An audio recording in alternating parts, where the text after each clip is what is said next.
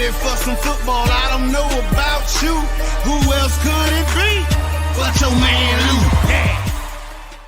The LouieTeeNetwork is powered by MusicHead University. MusicHeads, classes in session.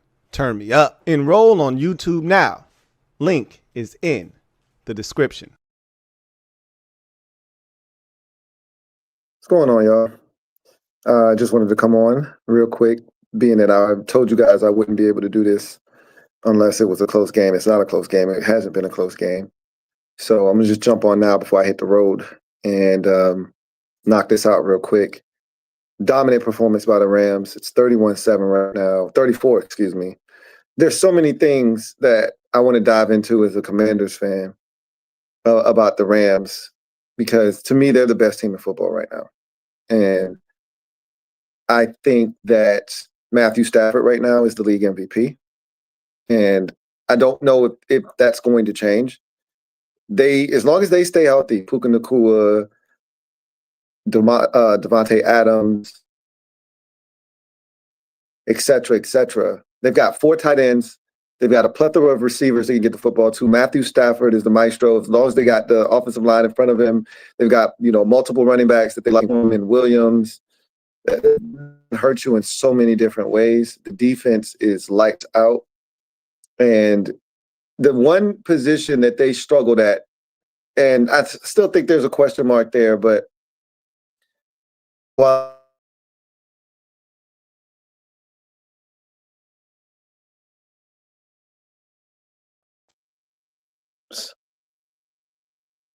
told you guys this on Friday, that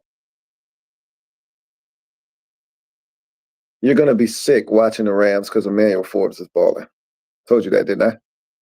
I've been watching the Rams, so I can tell you that firsthand. I'm like, you're going to be sick to your stomach watching Emmanuel Forbes make plays out there and realize that. And I told you, it's different for everyone. Some guys evolve and mature at different rates.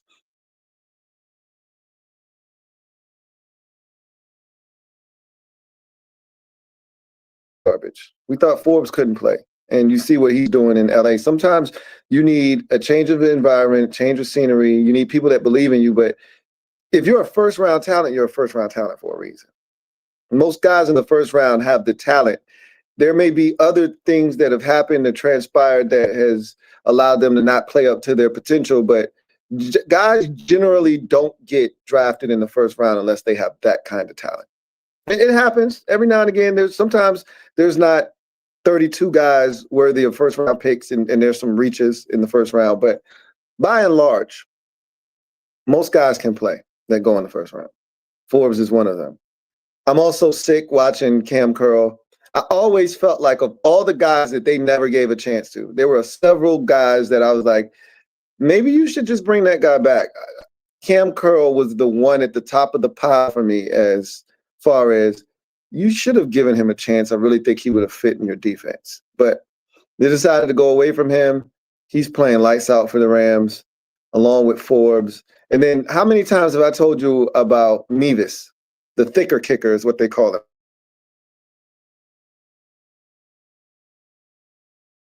I'll tell you about him. Now he's kicking for the Rams too. And so I'm frustrated watching the Rams. Not because I'm upset about, we didn't want Forbes. I'm not going to sit here and act like we wanted Forbes. We didn't. We gave up on him. The entire fan base collectively wanted that man gone. When he was released, there was a celebration thrown by some of you.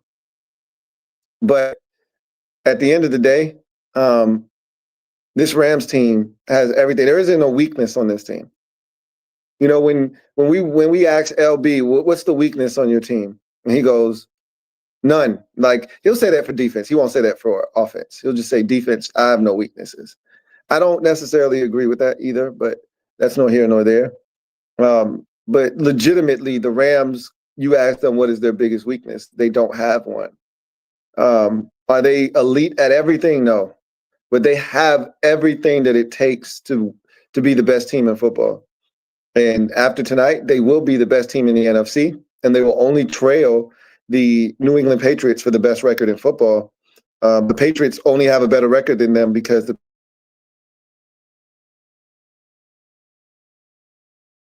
improve to 9-2 tonight, and they will improve to a NFC best 9-2 after the Eagles fell to the Cowboys today to drop to 8-3. And so the Rams right now, to me, are the best team in football, not just in the NFC. I really don't think that the AFC has a dominant team.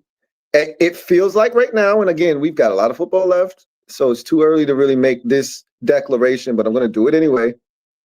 It feels like the team that comes out of the NFC is going to win a Super Bowl. Because right now, I don't see an AFC team that I go, wow, they're going to be so tough to deal with. New England has the best record, and they probably will end with the best record. Have you seen their schedule? Like, they have so many bad teams left on their schedule, it's not even funny. They're going to win 13, 14 games more likely than not. The Bills are a mess. The Chiefs are a shell of themselves. The Ravens offensively right now are putrid. And maybe they'll get their act together by the time it matters. The Colts have Daniel Jones at quarterback. The Texans have the defense. I'm not sure they have the offense. The Jaguars have Trevor Lawrence at quarterback. You see where I'm going with this? The Broncos offensively don't scare anyone. Their defense is good. It's not elite. It's a good unit though, but it's not elite.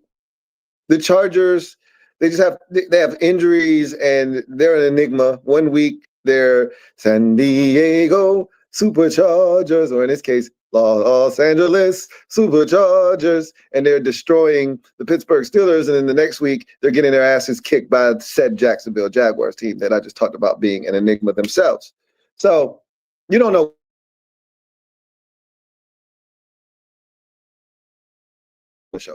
I said all that to say this, the LA Rams. I'm not sure that they have a team that can beat the Philadelphia Eagles, even though the Eagles, it'll be interesting because the Eagles play the Bills in week, if I'm not mistaken. That'll be an interesting matchup because the Bills will be fighting for something at that point. Probably won't be the division, but it probably will be like the 5th seed or something like that. They'll be fighting for something meaningful. Meanwhile, I don't know what the Eagles will have on the line there. They're going to win the NFC East. The Eagles are going to do that. The question then becomes, are they still in the hunt for the number 1 overall seed? Are they fighting for the 2 seed? Because that matters. Having the 2 seed versus the 3 seed matters, right? Having to go to Seattle instead of, or not Seattle, because Seattle plays the same division as the Rams, and I think the Rams are going to win that division. Going to Chicago, and I don't think the Bears are going to win it. Green Bay. Let's say Green Bay. Going to Green Bay versus having Green Bay to come to you is a big deal.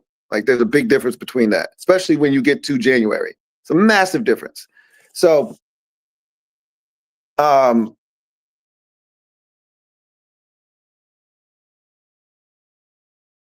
interesting contest when we get to January, late December, January, when the Eagles are playing the Bills. But it feels like the Eagles, the Rams, those are the 2 teams right now. And I'm not as high on the Eagles, but I think the Eagles are capable of beating every team in the AFC. I think the Rams are capable of beating every team in the AFC. I'll stop my list there because I don't believe in Seattle. I don't believe in Tampa. And we're going to get to Tampa here in a bit. But this Rams team, man, if Stafford is healthy, McVay is a wizard. They just went through the Rams draft picks with Les Snead over the last 3 years, 2022, 23, 24.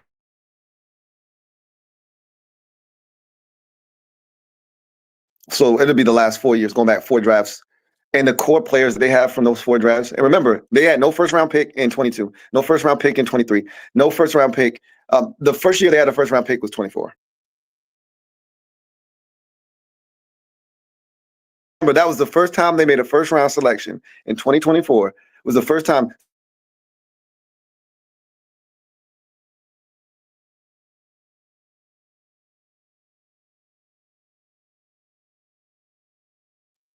They built that from the ground up. They built it from scratch. They built it over a long, 10 to 12 years, right? As long as Les Snead has been there, as Trader Snead, I got to assume that that's every bit of 15 years Les Snead has been there. Les Snead has been there. Maybe he got there with Sean McVay. It feels like he was there. He predated Sean McVay. Feels like he did. I could be wrong. But either way, it doesn't matter. McVay's been there since 2017 was his first year there, if I'm not mistaken. Because Goff's first year was with Jeff Fisher in 2016. And then McVay, because everybody thought Goff was trash, then McVay came in the second year and cleaned them up. And by 2018, they were in the Super Bowl. So that's what we aspire to be. One of these teams that, like, you want to be hitting on fifth and, fourth and fifth. And like the Rams had to do that. They had to get it out the mud because they traded away all of their first and second round picks. It felt like definitely the first rounders to go win the Super Bowl in 2021. They traded away all their first round picks going to get guys like Ramsey and Von Miller and, OBJ. They traded away a lot of picks going to get guys so they could win the Super Bowl. And it worked out. It worked out. So this team is elite. The Rams as an entire team is elite. And I don't see any real weakness with this team. I don't see any real weakness. They go like 50 deep at tight end. They go 50 deep at receiver. You ever heard of Mumfield? I remember him being in the draft. I think they got him out of Pitt, if I'm not mistaken. Just trying to go back in the Rolodex, the draft Rolodex from last year. I think Mumfield was the Pitt receiver. Probably got him like 7th round or something like that. Be my guess, 7th round, undrafted. Like, nobody was checking for Mumfield. I think out here got him running dig routes in this offense and catching 15, 17-yard passes like it's nothing. And I'm just smiling in amazement. Just they come at you in waves. Offensively, they come at you in waves. Defensively, they got a sharp, young, defensive-minded coach. And one thing McVay does is he molds these young defensive coaches. Remember, he got the guy that went to the Chargers, Staley, got him a job as a head coach. And he just keeps finding new guys, bro. Now he's got his old buddy, his old college roommate, Chris Shula, kicking ass as a defensive coordinator. We'll see how long he stays before somebody comes and plucks him away, but it doesn't matter. He'll just find another young guy that's amazing, right? He had Raheem Morris, I believe, was his defensive coordinator before Chris Shula. He got a head coaching job. Like, Sean's like, you just handle the defense. I'll take care of the offense, and we'll kill this shit together. And it's a beautiful thing. It's a beautiful thing. This Rams team, pretty dangerous. As for the Tampa Bay Buccaneers, boy, they've gone downhill fast. Wow. Where do we start? So Baker got hurt tonight. That happened. That's not good. I struggle with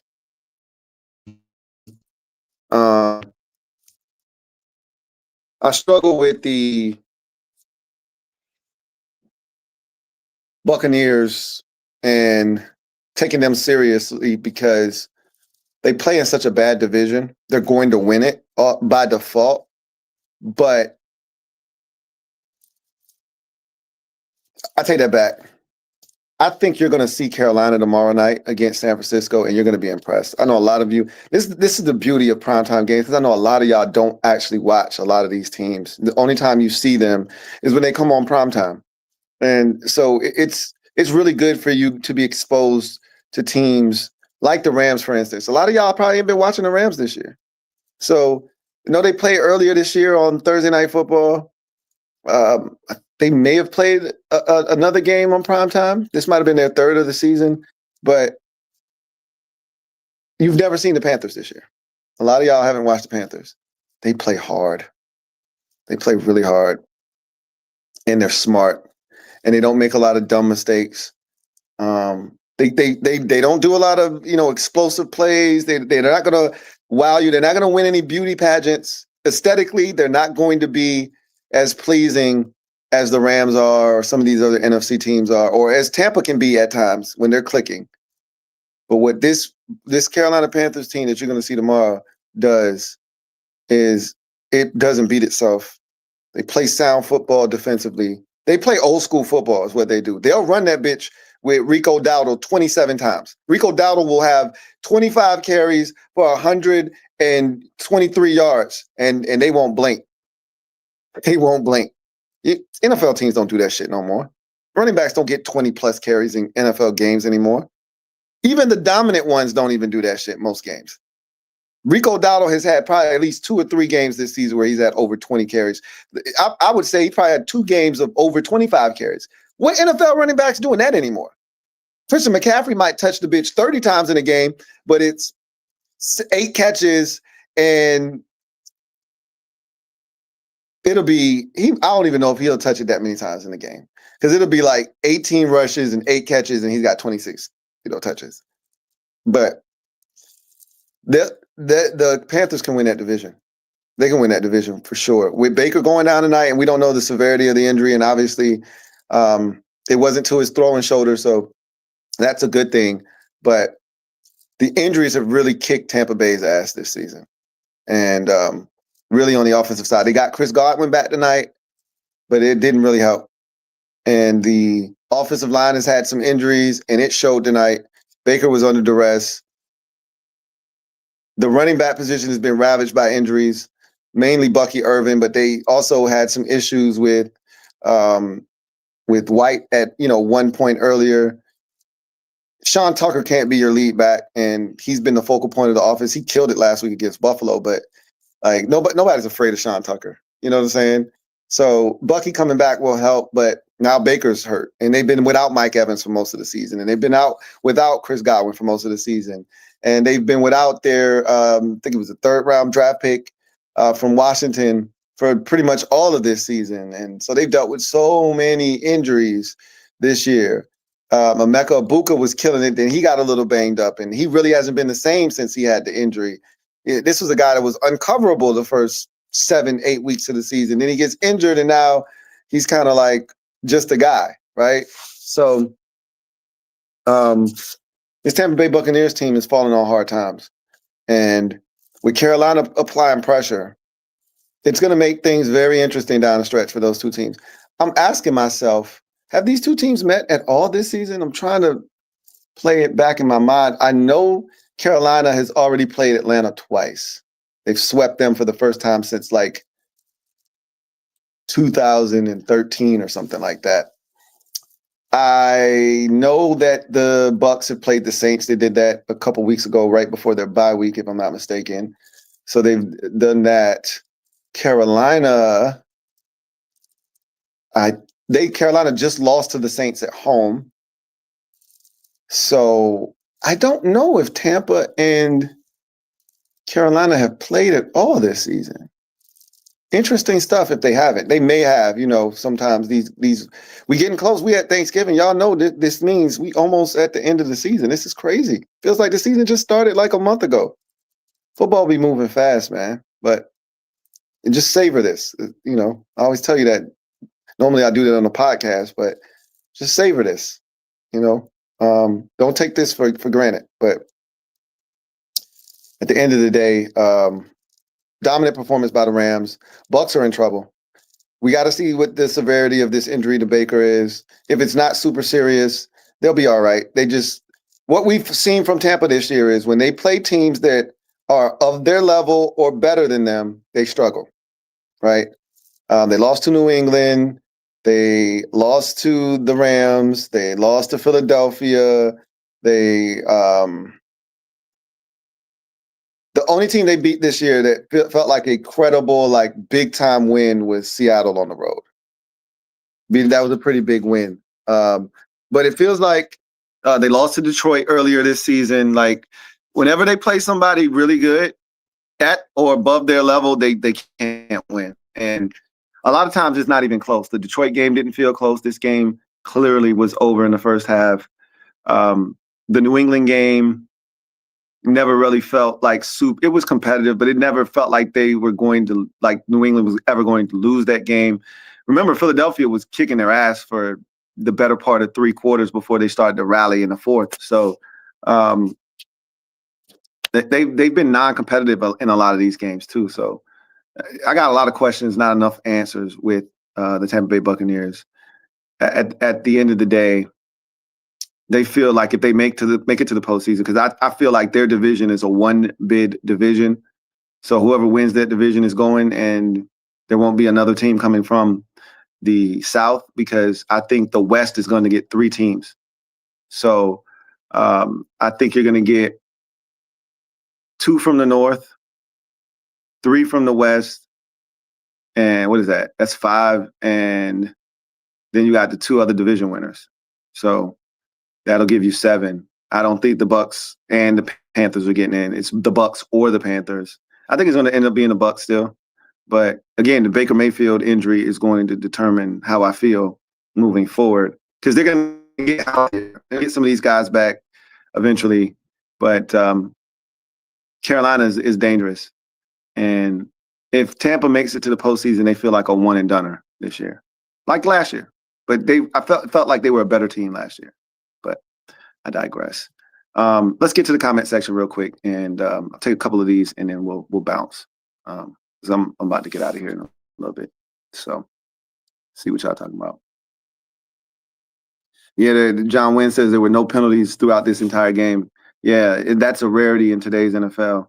And, special teams is like notorious for having a penalty, and we just haven't seen it tonight, which is weird. Solomon says, how much does it suck that Emmanuel Forbes and Cameron Curl are making plays for this Rams defense? I told y'all it was going to happen. I told y'all it was going to happen. I said, y'all going to be sick to your stomach watching Emmanuel Forbes hoop and then do this shit. I'm like, you're going to be pissed off because it's about to go down. And he's been doing that shit all night, bro. Making some my dad was like, damn, that's a good play. I'm like, yeah, I know. And Cam Curl, I'm telling you, Cam Curl would have played so well in a Joe Witt, Dan Quinn coach defense. Like he would have been a guy that they would have been ranting and raving about. Because he's a guy you can trust. They like guys that they can trust to be where they're supposed to be. He ain't necessarily a playmaker, but he was going to be where he's supposed to be and give you the type of stability that Quan Martin hasn't given them. So it is what it is. Jaden says, I think we all owe Emmanuel Forbes an apology. Yeah, I don't think you're going to get that. But, yeah. Again, what I also need y'all to understand, and I need y'all to really take this into consideration, is that when a new staff comes in, this is league-wide. This is not, exclusive to the Commanders. League-wide, when you draft a player or when you take over an organization as a general manager and you come in and it's brand new and you turning it over, I'm not coming in here trying to revive reclamation projects, and I'm going to give like former first and second round pick. I'll give first and second round picks a chance. Maybe even third.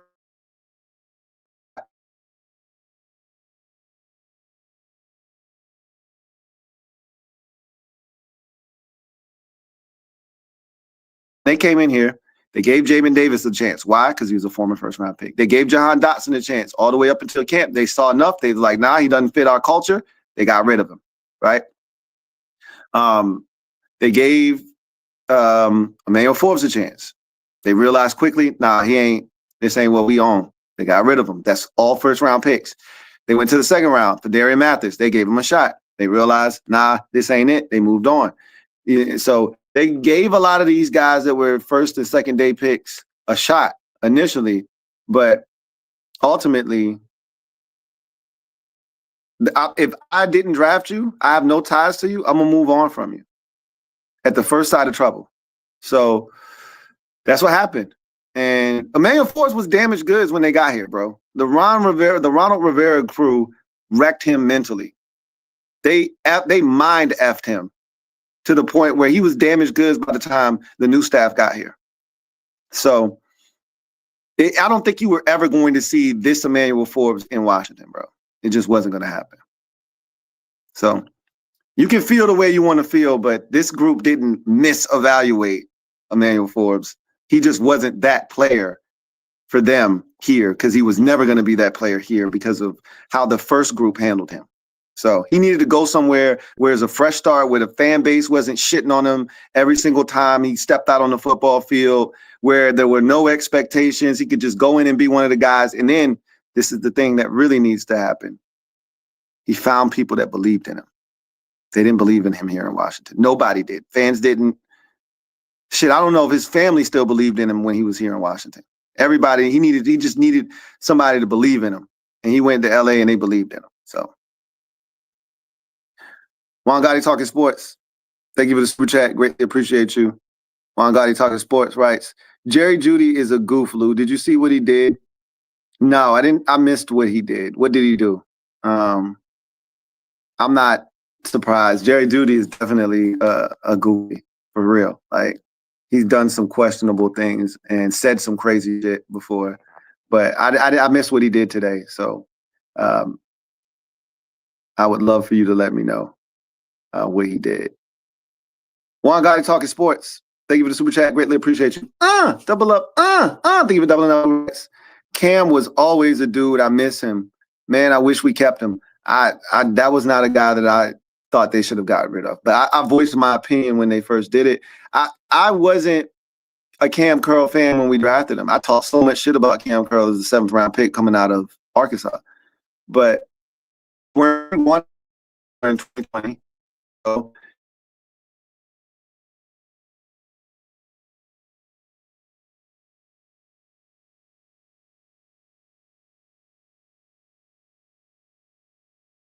I was looking for that guy forward, and we didn't get that guy.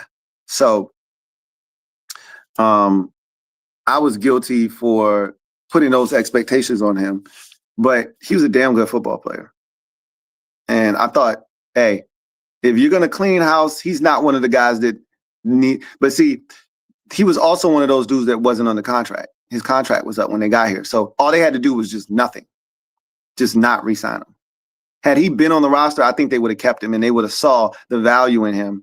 He just happened to not be under contract. So they could just say, hey, he's not a guy that we got to have. I think if they would have got him in the building, if he would have had one more year left on his deal, I think they would have realized, oh, shit, he's a really good football player. And he would have been here still. They never got that chance because he wasn't under contract. And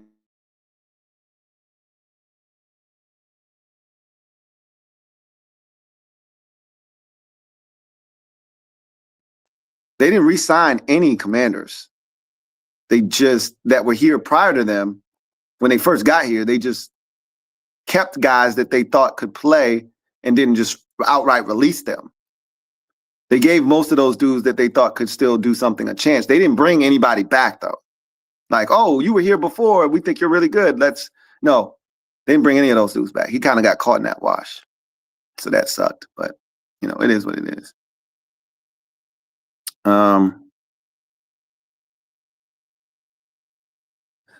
Let's see.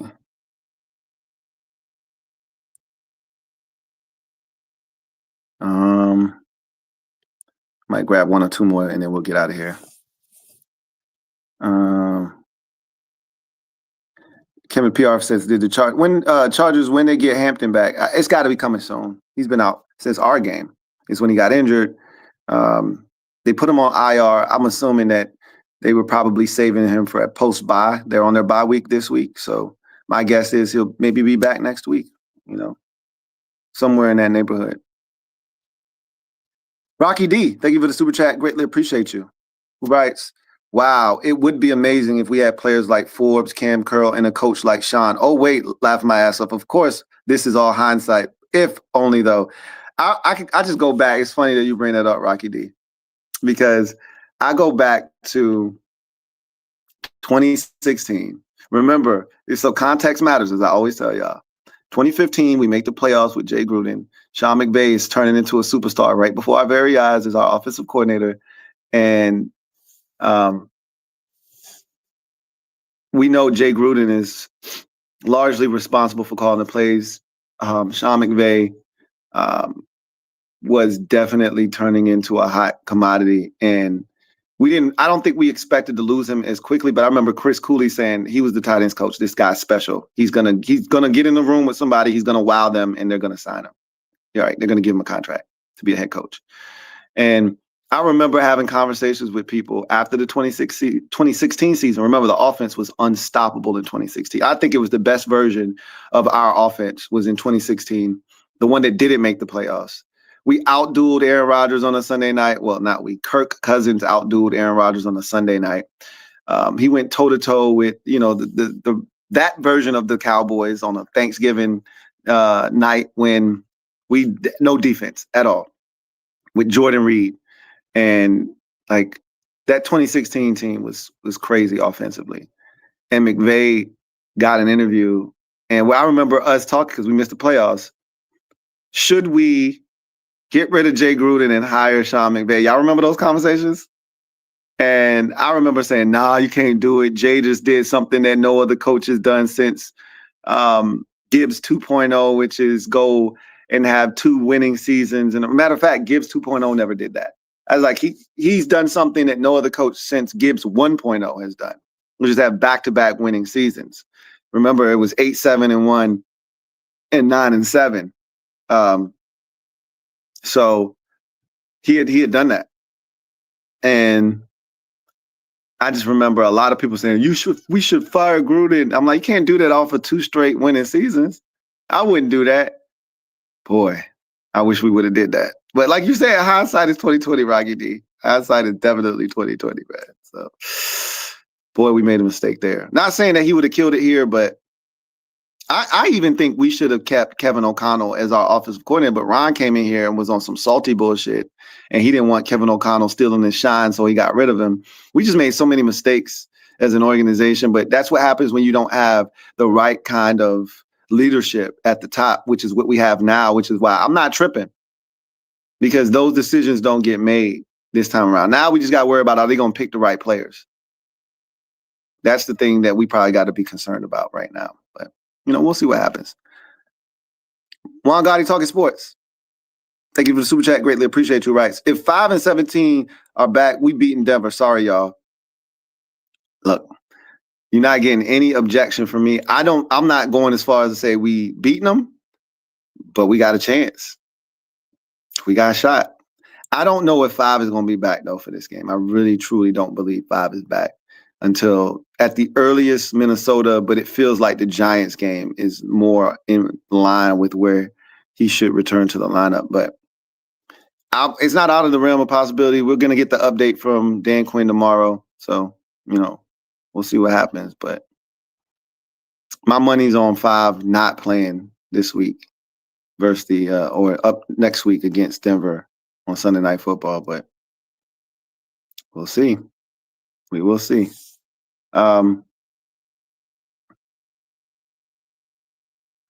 HTTR Carson says, I think Caleb is holding the Bears back with his accuracy issues, like severely. There's so many more yards on the field to be had, and he is definitely missing guys. And doesn't it feel like, am I tripping? Doesn't it feel like Caleb throws every single football over them, especially over the middle of the field? Doesn't it feel like it's a 102-mile-an-hour fastball? Like, it doesn't have to be that hard every time, bro. The football does not have to be thrown that hard with that much velo every single time, bro. It feels like he loads up. Even when he's rolling out of the pocket, it feels like everything is a rocket shot. Maybe it's just me. But he's definitely missing dudes, or there's more yards after catch opportunities that are being taken away. You talking about Jerry Jeudy. You talking about the play when Jeremy Chin made him fumble. Yeah, I saw that. First of all, Jerry was cruising down the sidelines. He did a jump hezzy and all that shit. And I'm like, bro, what are you doing? And Jeremy Chin just came out and punched it out from behind, punched the football out. Yeah, I saw that. I definitely saw that. He was tripping. He was definitely tripping. Yeti Man, they extended Sam Cosmi the year. So what I was referring to was they didn't re-sign anybody that their contract was up when they got here, right? Cosmi still had a year left. That's why he was in the building, is what I'm saying. So he was already here. What I was talking about was, for instance, Jeremy, Cam Curl's contract was up when they got here in 2024. That was the last year of his rookie contract. They didn't re-sign him. And no one that was in that situation was re-signed here and brought back, is what I was talking about.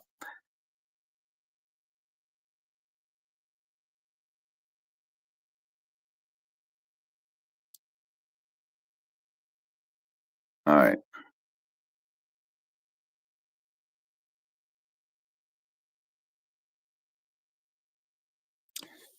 He says, especially when he's put the pocket boy throwing, but man, them shits be coming out with hot sauce to go on them. I don't really know what he be on, but he be firing them joints. I'd be like, damn, Caleb, that did not require that much sauce on it, but it is what it is. Anyway, let me get out. I'm gonna get out of here, man. So I appreciate y'all kicking it with me, man. I'm on the road, as you can see. I'm on the move, but I'm going to get back to the studio tomorrow and we get back to our business as usual. So I will see y'all back at the crib, and we'll have a lot to discuss about the Commanders and just everything going on in the NFL right now. So it's a really, really fun time, considering the circumstances. Obviously, I'm an NFL fan. That it's not a fun time to be a Commanders fan right now. But as you can see, I'm still repping. I don't give a shit. I was walking around the city just like this. People probably was looking at me like, bro, you know y'all ass, right? Why you dripped in Commanders, swag head to toe? Because I'm like that.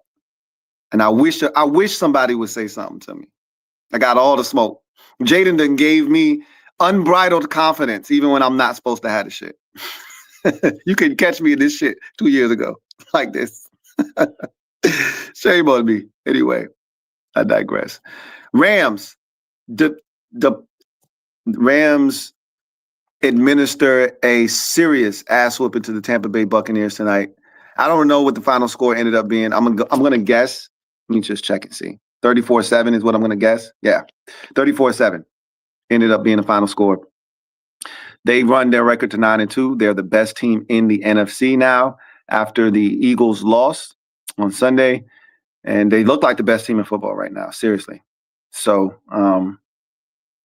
Tampa Bay falls again. I think that's 3 straight losses for the Buccaneers now. So they're struggling, man. Buccaneers are on the struggle bus, and Baker Mayfield added insult to injury tonight, getting injured late in the first half with the shoulder injury to his left shoulder, not his throwing shoulder, but something to keep an eye on moving forward. Buccaneers are in trouble. We get to watch the team that is right there with them in the division tomorrow night in the Carolina Panthers. That should be a lot of fun. Until then, I'm your man, Louie T, signing off. You guys have a good one. Peace.